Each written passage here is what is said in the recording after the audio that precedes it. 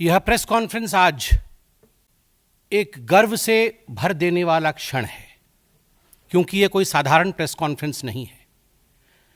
मैं बैठा जरूर भारतीय जनता पार्टी के कक्ष में हूं, हेड ऑफिस में हूं, मगर मुझे लगता है मैं केवल एक भारतीय जनता पार्टी के प्रवक्ता के नाते नहीं, केवल भारतीय जनता पार्टी के एक सांसद या कार्यकर्ता के नाते नहीं, एक भारतीय के नाते, एक इंडियन के नाते आज ये प्रेस कॉन्फ्रेंस कर रहा हूं।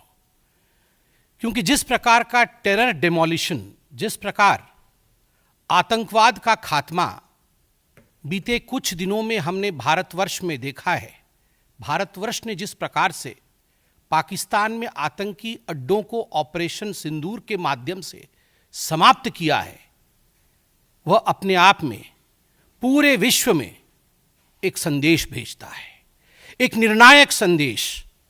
आतंकवाद के खिलाफ लड़ाई के विरोध, आतंकवाद के खिलाफ एक निर्णायक संदेश। इसलिए आज का ये प्रेस कॉन्फ्रेंस, इसको संबोधित करते हुए मुझे गर्व की अनुभूति हो रही है। अदम्य साहस का परिचय दिया है भारत की सेना ने, अदम्य साहस।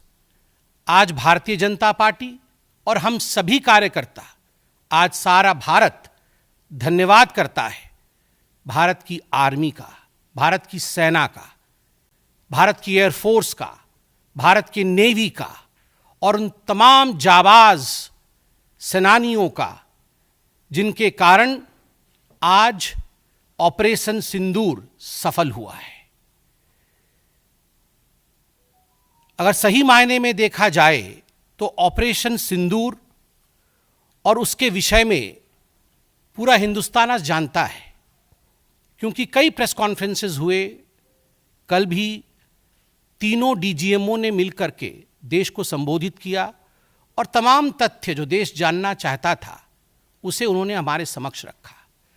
मगर मुझे लगता है कि एक आम नागरिक के भाषा में, बहुत साधारण भाषा में आज मैं आपको बताना चाहूँगा कि ये जो ऑपरेशन सिंदूर हुआ है, किस प्रकार से इससे हिंदुस्तान आतंकवाद के खिलाफ लड़ने में एक निर्णायक भूमिका हिंदुस्तान ने अदा किया है। आप सभी जानते हैं 22 तारीख का वो दिन, that unfortunate day on 22 of April, जब पहलगाम में 26 लोगों का नृशंस हत्या कर दिया गया था आतंकवादियों द्वारा। वह आतंकवादी जो पाकिस्तान से आए थे, वह आतंकवादी जो पाकिस्तान द्वारा प्रशिक्षित किए गए थे, आतंकवादियों द्वारा प्रशिक्षित किए गए थे। उनमें 25 भारतीय थे और एक नेपाली नागरिक था। प्रधानमंत्री श्री नरेंद्र मोदी उस समय विदेश दौरे में थे, सऊदी अरब में थे। प्रधानमंत्री नरेंद्र मोदी तुरंत भारत लौट के आते हैं और उन्होंने जनता की बात को सुना। जनता ने उस समय एक मांग रखी कि आतंकवाद के ऊपर हमला हो, हमें बदला लेना है पहलगाम के इस आतंकवादी हमले का। प्रधानमंत्री ने बिहार की भूमि से ऐलान किया और यह वादा किया कि मैं वादा करता हूं कि जो आपकी इच्छा है कि आतंकवाद के खिलाफ हमला होगा, हम पहलगाम के इस आतंकवादी हमले का बदला लेंगे। We will avenge the death of 26 people.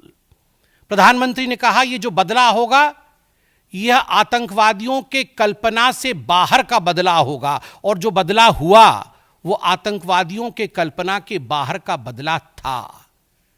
प्रधानमंत्री जी ने कहा कि हम घुस के मारेंगे और मिट्टी में मिलाएंगे आतंकवादी के ठिकानों को, और आतंकवादियों के ठिकानों को प्रधानमंत्री नरेंद्र मोदी जी के निर्णय ने और हमारे सेना के अदम्य साहस ने मिट्टी में मिलाने का काम किया।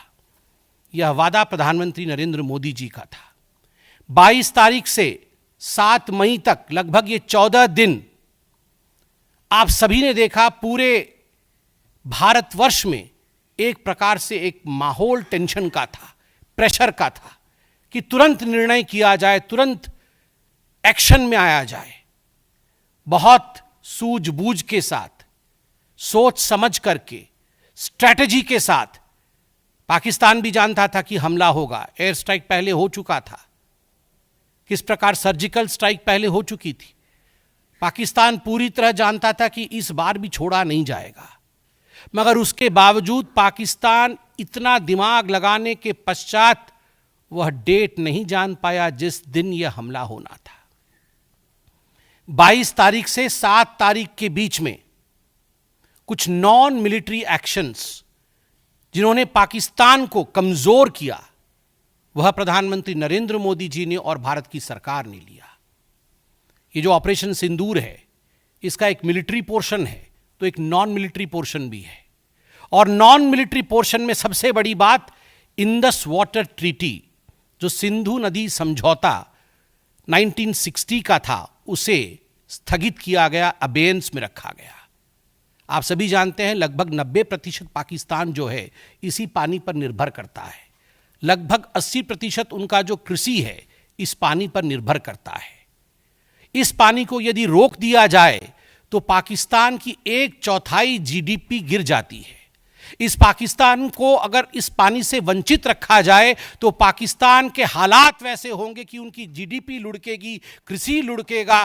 केवल कृषि और जीडीपी नहीं, उनके पावर कट्स होंगे और इस प्रकार का माहौल पाकिस्तान में पैदा होगा कि पाकिस्तान एक फ्रजाइल स्टेट के रूप में, अभी भी फ्रजाइल है, और फ्रजाइल स्टेट के रूप में वो सामने आएगा।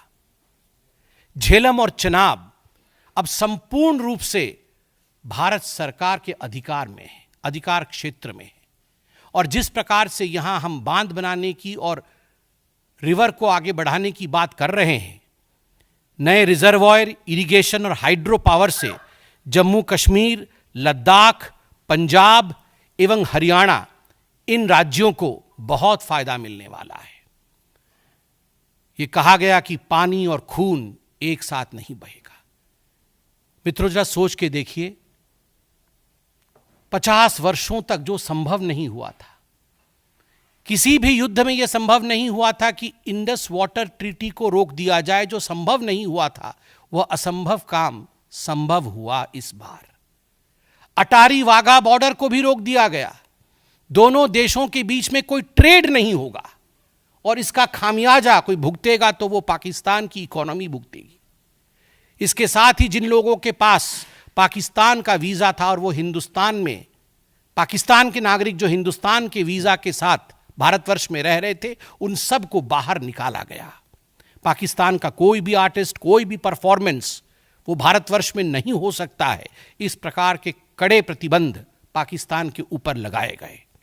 माननीय प्रधानमंत्री श्री नरेंद्र मोदी जी ने लगभग 20 देशों के राष्ट्राध्यक्षों से सीधी बातचीत की। How to isolate Pakistan, how to fight against terrorism.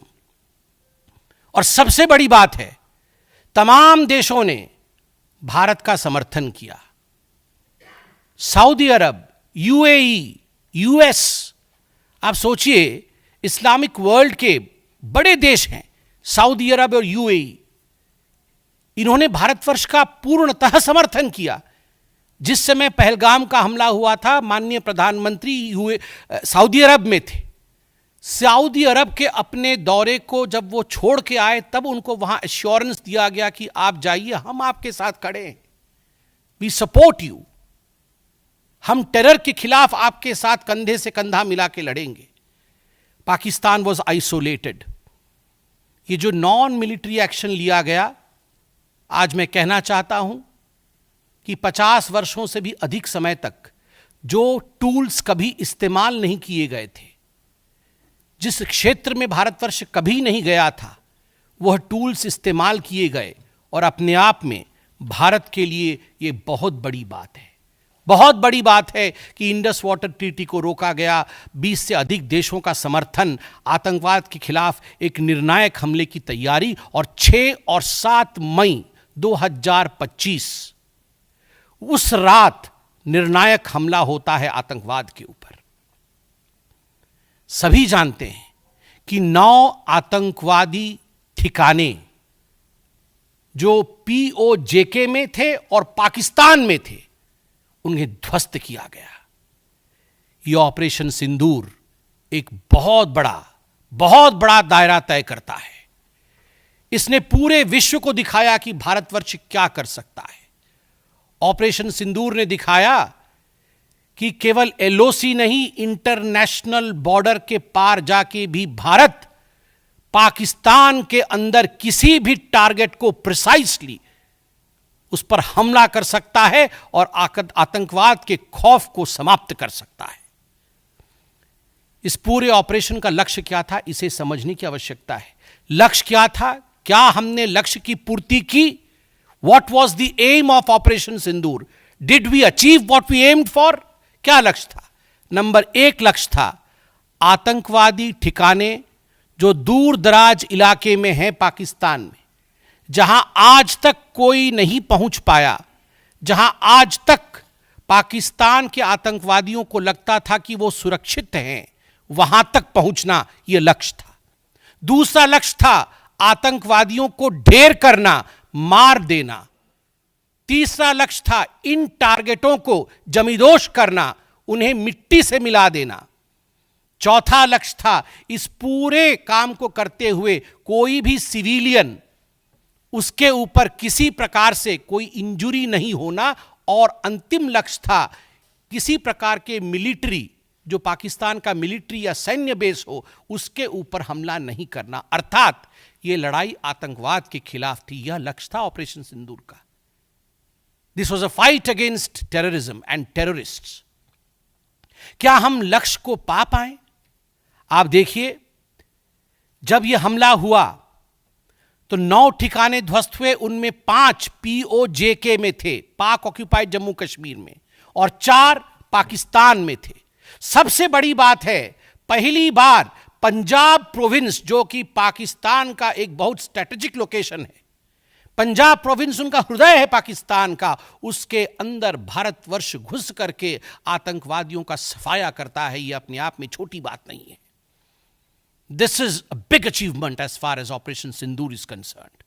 लश्कर तैयबा, जैश ए मोहम्मद, हिजबुल मुजाहिदीन, इनके ठिकाने ध्वस्त होते हैं। और मैं यहां वो नाम पढ़ना चाहूंगा। ये जो 9 नाम है, 9 आतंकवादी ठिकाने, मैं आज देश से अपील करना चाहूंगा, तमाम भारतीयों से अपील करना चाहूंगा कि ये नाम हमें स्मरण करना है। आने वाले 100 वर्षों तक हमें इन नामों को याद दिलाते रहना है, दोहराना है। जब भी आतंकवाद सर उठाए तो हमें ये चित्र दिखाने हैं कि तुम्हारा क्या हश्र किया था ऑपरेशन सिंदूर ने, भारत की सेना ने, भारत की राजनीतिक इच्छा शक्ति ने और भारतीयों ने। इसलिए मैं नाम पढ़ना चाहूंगा। सवाई नाला कैंप मुजफ्फराबाद, जो POJK में है, 30 किलोमीटर दूर है एलओसी से, उसे ठिकाना लगाया गया। लश्कर तैयबा का ट्रेनिंग सेंटर था। 20 अक्टूबर 2024 सोनमर्ग में और 24 अक्टूबर 2024 गुलमर्ग में जो आतंकी हमले हुए थे, उसमें यहां से आतंकवादी आए थे। और सबसे बड़ी बात, 22 अप्रैल 2025 को जो आतंकवादी आकर पहलगाम में हमारे नागरिकों को मार के गए थे, हमारी बहनों के माथे से जिन्होंने सिंदूर पोंछने का काम किया था, उनका प्रशिक्षण भी इसी केंद्र में हुआ था, सवाई नाला कैंप मुजफ्फराबाद। सैयदाना बिलाल कैंप मुजफ्फराबाद, ये जैसे मोहम्मद का ट्रेनिंग सेंटर था, ये दूसरा कैंप जो ध्वस्त हुआ। गुलपुर कैंप कोटली, ये एलओसी से 30 किलोमीटर दूर था, लश्कर तैयबा का बेस था। और 20 अप्रैल 2023 को पुंछ में, 9 जून 2024 को जो तीर्थ यात्री को बस में हमला करके मारने का काम किया था आतंकवादी, यहां गुलपुर कैंप से आए थे जो कोटली में है, उसे ध्वस्त किया गया। बरनाला कैंप बिरगढ़, बरनाला कैंप जो 9 किलोमीटर दूर है एलओसी से, उसे समाप्त किया गया। अब्बास कैंप कोटली जो 13 किलोमीटर दूर है एलओसी से, लश्कर तैयबा का फिदाइन सेंटर है और 15 आतंकवादियों को एक साथ ट्रेन कर सकता है, उसे ध्वस्त करके गिराया गया। सरजाल कैंप सियालकोट अंतर्राष्ट्रीय सीमा से 6 किलोमीटर दूरी पर है, इंटरनेशनल बॉर्डर से। सांभा कठुआ के सामने है।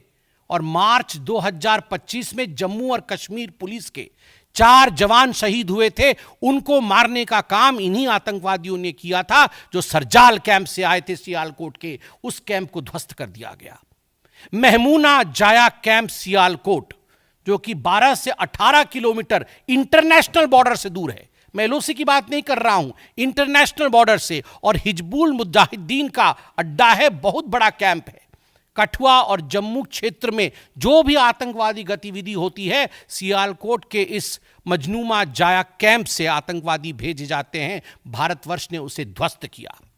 मरकज तैयबा मुरीद के, जो कि अंतर्राष्ट्रीय सीमा से 18 से 25 किलोमीटर दूर है, 2008 के मुंबई का जो हमला हुआ था, 26/11 के नाम से जिसे हम जानते हैं, उसमें जो आतंकवादी आए थे, अजमल कसाब और डेविड हेडली, उनकी ट्रेनिंग मरकज तैयबा मुरीद के में हुआ था। और आज मैं फक्र के साथ कह सकता हूं, गर्व के साथ कह सकता हूं कि भारत की सेना ने, भारत की राजनीतिक इच्छा शक्ति ने और भारतीयों ने मरकज तैयबा मुरीद के को ध्वस्त किया है, समाप्त किया है। मरकज सुभान अल्लाह बहावलपुर इंटरनेशनल बॉर्डर से 100 किलोमीटर की दूरी पे है। विश्व में किसी ने ऐसा नहीं सोचा होगा, पाकिस्तान ने तो सपने में भी नहीं सोचा होगा कि भारत की सेना के पास, भारत की एयरफोर्स के पास और भारत के राजनेताओं के पास ऐसी इच्छा शक्ति होगी कि इंटरनेशनल बॉर्डर से 100 किलोमीटर दूर घुस के वो हमारे आतंकी अड्डे को ध्वस्त कर सकते हैं। मरकज सुभान अल्लाह, जो कि जैशे मोहम्मद का मुख्यालय था, उस मुख्यालय को भारत की वायुसेना ने ध्वस्त किया। यह कोई छोटा विषय नहीं है। यह बहावलपुर एक ऐसा स्थान है जहां यूनाइटेड स्टेट्स, यूएस भी अपने ड्रोन नहीं भेज पाया था। उस जगह पे भारत घुस के मारता है। आज का भारत, आज का नया भारत यही है। ये नाम, जो 9 नाम मैंने पढ़े, हमें याद रखने चाहिए, मगर उन नामों के साथ मैं कुछ और भी बताना चाहता हूं। जो आतंकवादी मारे गए, एक लक्ष्य था आतंक के ठिकानों को, आतंक के अड्डों को सफाई करना, ध्वस्त कर देना। दूसरा लक्ष्य था ऑपरेशन सिंदूर का, आतंकवादियों को चुन चुन कर मारना, उन्हें मिट्टी में मिलाना। 100 से अधिक आतंकवादी मारे गए, 100 से अधिक।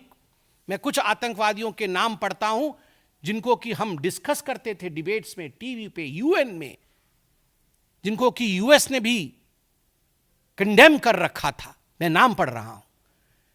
मुदस्सर कादियान खास उर्फ मुदस्सर उर्फ अबू जुंदाल। अबू जुंदाल नाम से हम जानते थे इस आतंकवादी को। और जो लश्कर तैयबा का आतंकवादी था, वो मरकज तैयबा का जो मुरीद के में है, उसका इंचार्ज था। जब वो मरा तो उसके गार्ड ऑफ ऑनर, उसका जो जनाजा निकला, उसमें पाकिस्तान के आर्मी के अधिकारी थे, पाकिस्तान आर्मी के चीफ थे, पंजाब सीएम मरियम नवाज भी उसमें रही।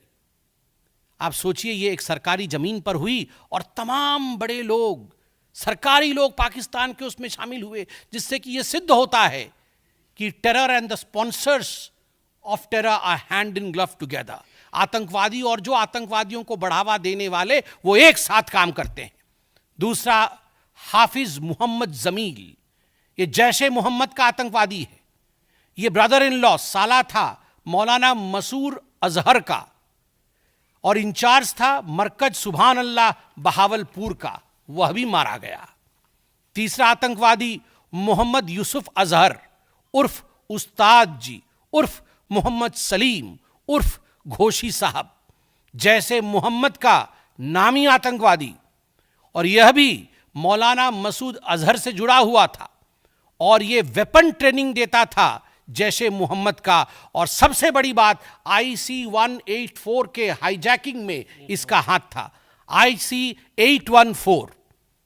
814 के हाईजैकिंग में इसका हाथ था, वह भी मारा जाता है। चौथा आतंकवादी खालिद उर्फ अबू अक्स का। खालिद ये लश्कर तैयबा का आतंकवादी था, फैसलाबाद में मारा गया और वहां उसका फ्यूनरल होता है। अब मैं ये तस्वीर दिखाना चाहूंगा, आप ये तस्वीर देखिए। यह तस्वीर कोई साधारण तस्वीर नहीं है। यह तस्वीर है उन आतंकवादियों का जिनका जनाजा निकला। और इस तस्वीर में मैं दिखाना चाहूंगा कि ये जो खड़ा है सामने व्यक्ति, इस व्यक्ति का नाम है, ये एलईटी का कमांडर है, लश्कर तैयबा का कमांडर है, अब्दुल रऊफ। अब्दुल रऊफ जो खुद एक स्पेशली डेजिग्नेटेड ग्लोबल टेररिस्ट, जिसको यूएस के ट्रेजरी बेंच ने डेजिग्नेट कर रखा है, अमेरिका के ट्रेजरी बेंच ने इसे आतंकवादी घोषित कर रखा है, वह सामने खड़ा है जनाजे में। और उसके पीछे जो खड़े हैं, मैं एक एक करके नाम पढ़ता हूं।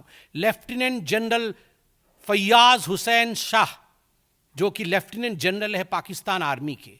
मेजर जनरल राव इमरान सरताज, जो कि मेजर जनरल है पाकिस्तान आर्मी के। ब्रिगेडियर मोहम्मद फुरकान शब्बीर, पाकिस्तान आर्मी के। Doctor Usman Anwar, IGP Punjab. और Malik Sohaib Ahmed Barth, member of provincial assembly of Punjab. ये बड़े बड़े लोग, तथाकथित सरकार के बड़े बड़े लोग, पाकिस्तान के आतंकवादियों के जनाजा में शामिल होने आए हैं। और जनाजे को लीड कर रहा है एक आतंकवादी, डेजिग्नेटेड आतंकवादी। और आप देखिए, ये बिफोर और आफ्टर, ये जितने भी मैंने आपको अभी आतंकवादी ठिकानों का नाम बताया, किस प्रकार उनकी परिस्थिति थी और क्या उनकी परिस्थिति हुई, यह इस तस्वीर से हम देख सकते हैं। तो उद्देश्य मैं बता रहा था, ऑपरेशन सिंदूर का उद्देश्य बहुत स्पष्ट था। उसका उद्देश्य था आतंकवाद के ठिकाने को ध्वस्त करना, आतंकवादियों को मारना और आतंकवाद के खिलाफ एक संदेश भेजना। और उसमें हम सफल हुए। पहली बार एक बात पूरे विश्व ने देखा कि पाकिस्तान का हर इंच भारत के पहुंच के अंदर है।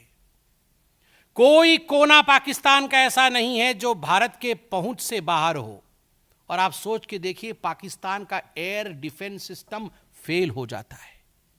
पाकिस्तान का एयर डिफेंस सिस्टम फेल हो जाता है जिस समय 6 और 7 के रात के बीच ये पूरी कार्यवाही हो रही थी। रफाल विमान द्वारा स्काल्प और हैमर मिसाइल्स के माध्यम से 23 मिनट के अंदर, 23 मिनट्स के अंदर एक विंडो था, जिस विंडो के अंदर ये 9 के 9 आतंकवादी ठिकाने उन्हें ध्वस्त कर दिए गए। 23 मिनट में पूरा विश्व ने देखा कि भारत क्या कर सकता है। मुझे लगता है पूरे विश्व में इस प्रकार से 23 मिनट के अंदर इतने प्रेसिशन के साथ आतंकवादी ठिकानों पर हमला किसी देश ने पहले किया होगा। और जब यह पूरा एक्सरसाइज समाप्त हुआ, उसके बाद जब हमारे एमईए ने, हमारी आर्मी ने प्रेस कॉन्फ्रेंस किया, तो उसमें कुछ 4 शब्द बहुत महत्वपूर्ण थे।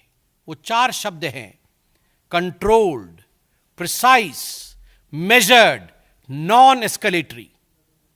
हमने ये जो 9 अड्डे ध्वस्त किए, वो कंट्रोल्ड तरीके से ध्वस्त किए। प्रिसाइज, कोई सिविलियन अड्डा या कोई मिलिट्री टारगेट नहीं था, प्रिसाइज टारगेट था, आतंकवादी ठिकाने, उनको ध्वस्त कर दिए।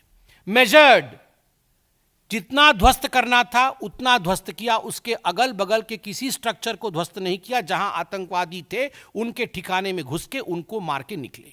और नॉन एस्केलेटरी, मतलब युद्ध को बढ़ाने वाला नहीं, नॉन एस्केलेटरी, क्योंकि the primary escalation was Pahalgam. जो मूल एस्केलेशन था वो 22 अप्रैल को पहलगाम में पाकिस्तान ने किया था। हमने रिएक्ट किया नॉन एस्केलेटरी। ये 4 शब्द अपने आप को परिभाषित करते हैं कि ऑपरेशन सिंदूर का लक्ष्य क्या था। ऑपरेशन सिंदूर का जो लक्ष्य था, ऑपरेशन सिंदूर ने उसे 100% पूर्ण किया, 100% पूर्ण किया।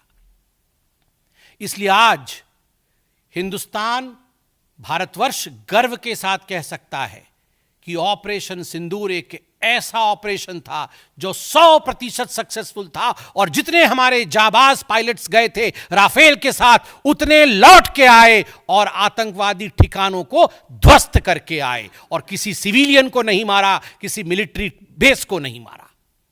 मगर दुखद है, जैसा कि पाकिस्तान से एक्सपेक्टेड है, पाकिस्तान उसके पश्चात रिटेलिएशन करता है, पाकिस्तान अपने ड्रोन्स इत्यादि भेजता है, मगर भारत की सिस्टम ने पाकिस्तान के इन ड्रोन्स को, इन मिसाइल्स को हवा में ही समाप्त कर दिया। और सबसे बड़ी बात है, एयर डिफेंस सिस्टम लाहौर का 7 और 9 तारीख के बीच लाहौर के एयर डिफेंस सिस्टम को समाप्त करने का काम हिंदुस्तान ने किया।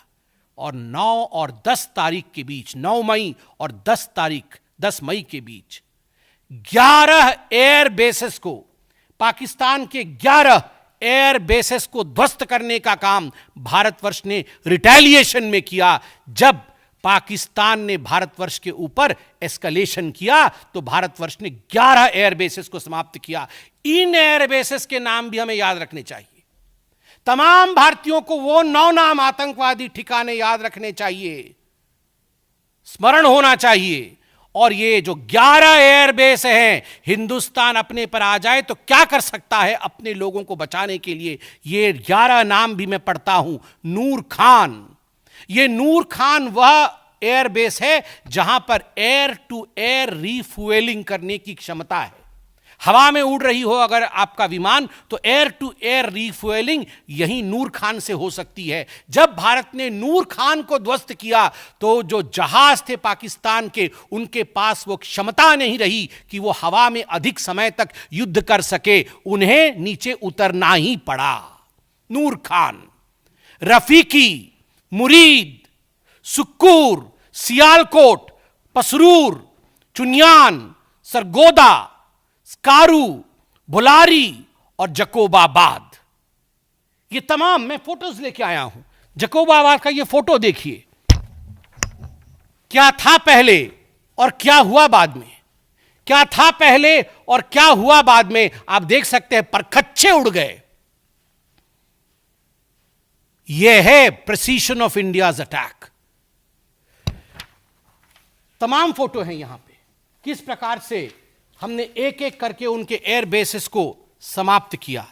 आप देख सकते हैं सारे एयर बेसेस के हम फोटो लेके आए हैं, जकोबाबाद से लेके बाकी तमाम।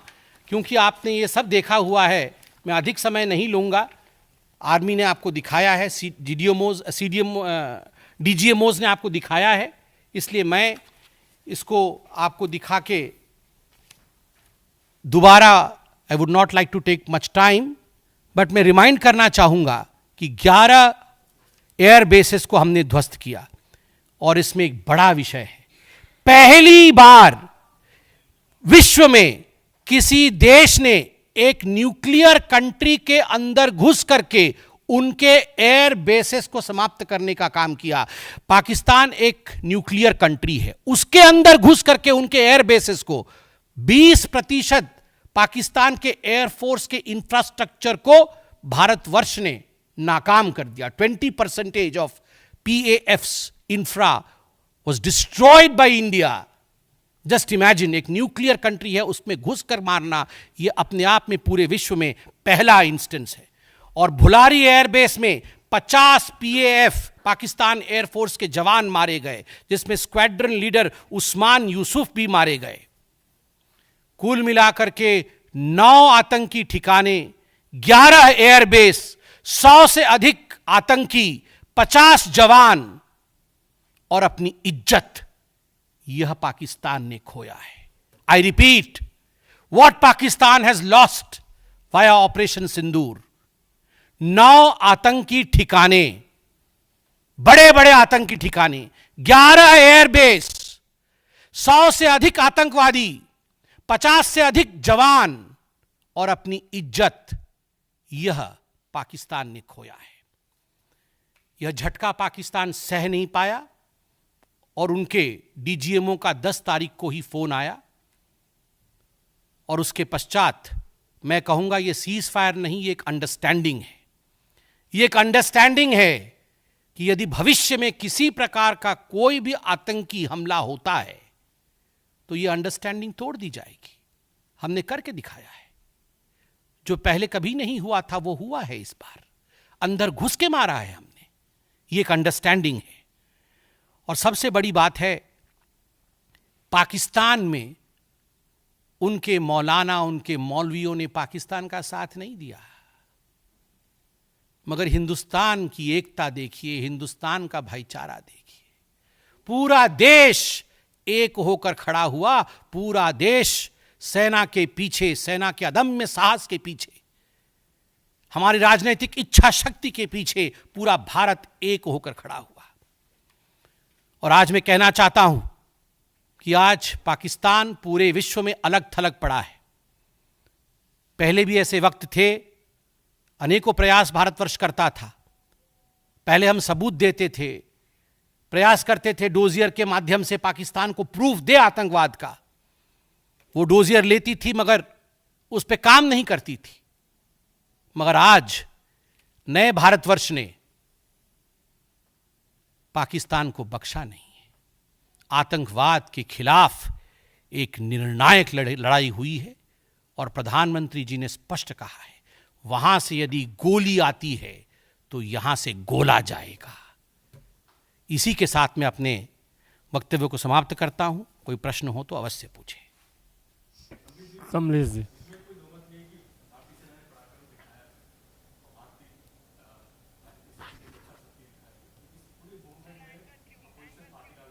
तो ऑपरेशन सिंदूर को लेकर बीजेपी की तरफ से यह प्रेस कॉन्फ्रेंस, जिसमें बीजेपी की तरफ से साफ किया गया कि ऑपरेशन सिंदूर मतलब आतंकवाद के खिलाफ भारत की वो निर्णायक लड़ाई जिसमें भारत को बड़ी सफलता मिली है।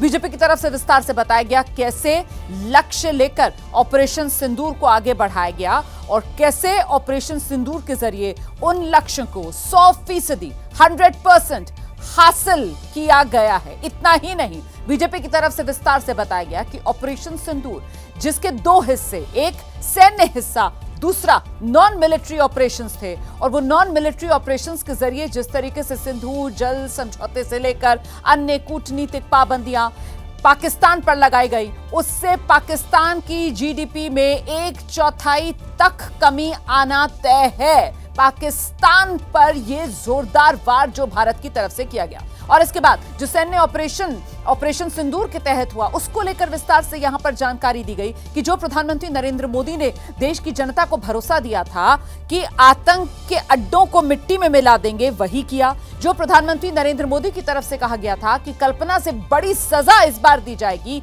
वही हुआ। सोचा भी नहीं था आतंकवादियों ने कि पाकिस्तान में वो इलाके जिन्हें वो अपना घर और गढ़ मानते हैं, वहां घुसकर भारत उनको सबक सिखाएगा। और बड़ी बात जो यहां पर बताई गई है कि इस ऑपरेशन के जरिए एक संदेश साफ था दुनिया को कि पाकिस्तान की 1 इंच भी ऐसी जमीन नहीं है जहां पर हिंदुस्तान की पहुंच ना हो। और देखिए कैसे पाकिस्तान की कमजोरी पूरी दुनिया के सामने है और हिंदुस्तान की ताकत दुनिया ने देखी कि बात सिर्फ एलओसी तक नहीं, बल्कि इंटरनेशनल बॉर्डर क्रॉस करके जो आतंकवाद का खात्मा करने का भारत ने संकल्प लिया, उसको पूरा किया। मुरुदके और बहावलपुर इसी की मिसाल।